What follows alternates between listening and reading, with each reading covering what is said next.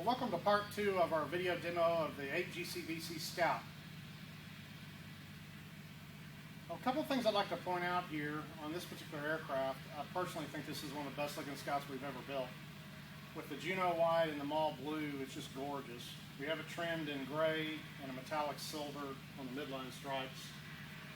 And we've taken that same metallic and pinstripe, the end numbers and the Scout, and the 3 stripes on the wingtip, which really sets the airplane off. It's the best looking Scout I've ever seen.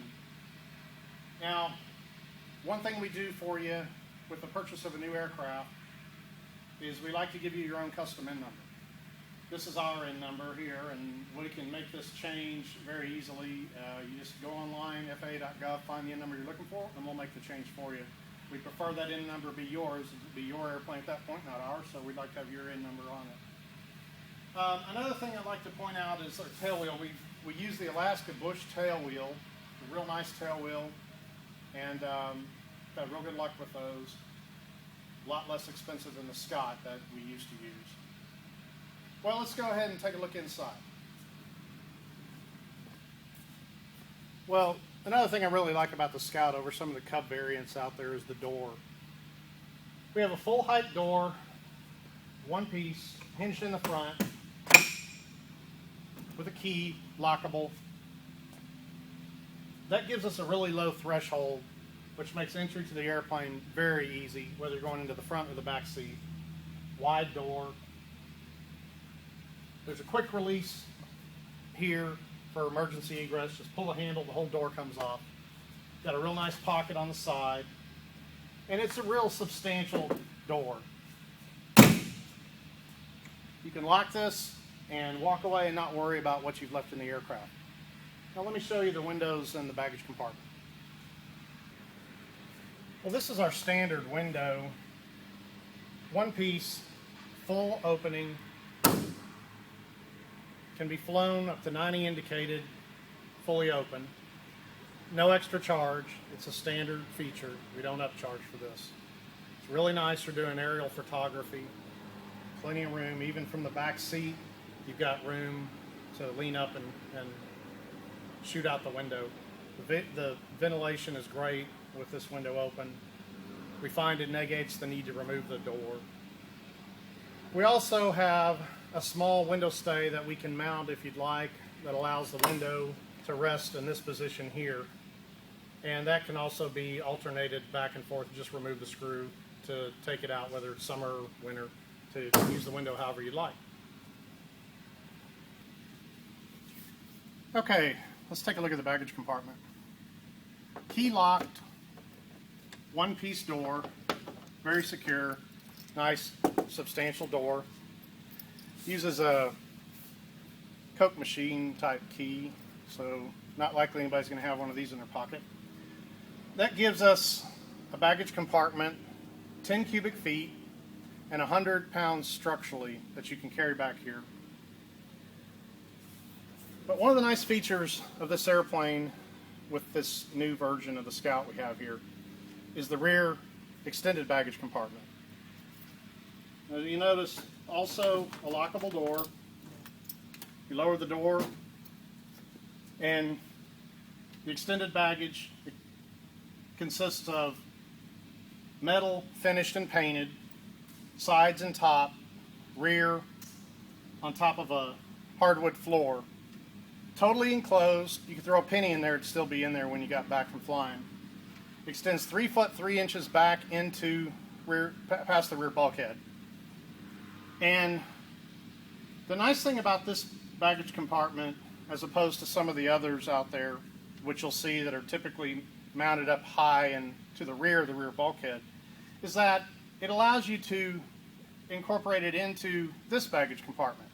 So altogether, you have 6 foot from the rear of the extended to the back of the back seat.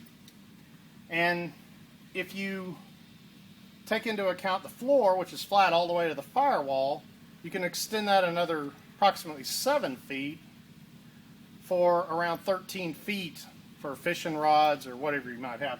Shotguns would easily fit through here, and if they extended into this area a little bit, it would be fine. anything longer than that can actually run up under the seats.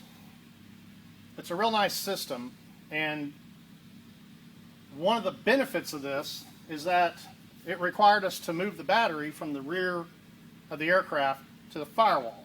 That's our new electrical system I spoke of at the beginning of the video. This gives us a much more compact electrical system, since everything is centered from the control panel, where our master switch and all our circuit breakers are, forward to the starter. And that gives you a lot shorter cable runs, a lot less wiring, less weight, and we find that the aircraft starts much better now because we're not losing all this resistance in the cables running all this distance here, which is a good additional 13-14 feet from where it used to be.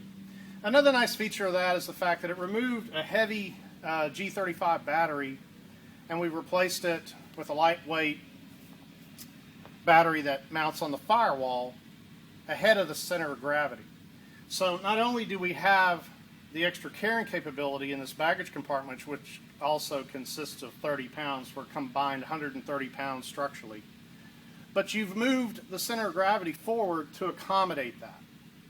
So it makes it actually usable without having to worry about getting the aircraft tailhead. Well, let's take a look at the interior. This Scout is equipped with the deluxe interior. We have the vinyl bolsters, side panels, fabric seating surfaces, carpet, fully insulated, 5-point harnesses front and rear. This particular Scout has the optional wide back seat as well, which is what I consider pretty well standard on the Scout. This allows for someone in the back, if they're carrying a camera or some sort of a RF radio, they can set that down beside them and not have to worry about it falling back into the rear baggage compartment. And one other thing too about this seat, this is an actual seat with a metal frame.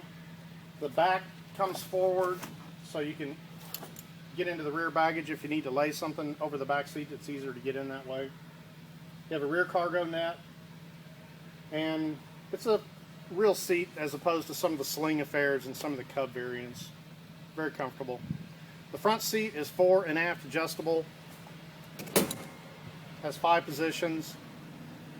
I'm 5'11". I find that with this particular set of cushions, which are the thin set, that allows me to move the seat forward a couple of notches. That opens up the rear of the aircraft for the rear seat passenger. The seat cushions in this aircraft, like I say, are the thin set. Normally they're about twice as thick. I prefer this set. It allows me to see laterally underneath the window frames without having to kneel down to do so. Very comfortable. We have the greenhouse roof, which is standard on the Scout. Push-to-talks front and rear. Toe brakes. Rear seat heater. And the heaters really work well. You have air vents on the front portion of the cowling, left and right. Cooling is pretty nice. Well, that's it for part 2. I'll see you over on part 3, and we'll take a look at the panel.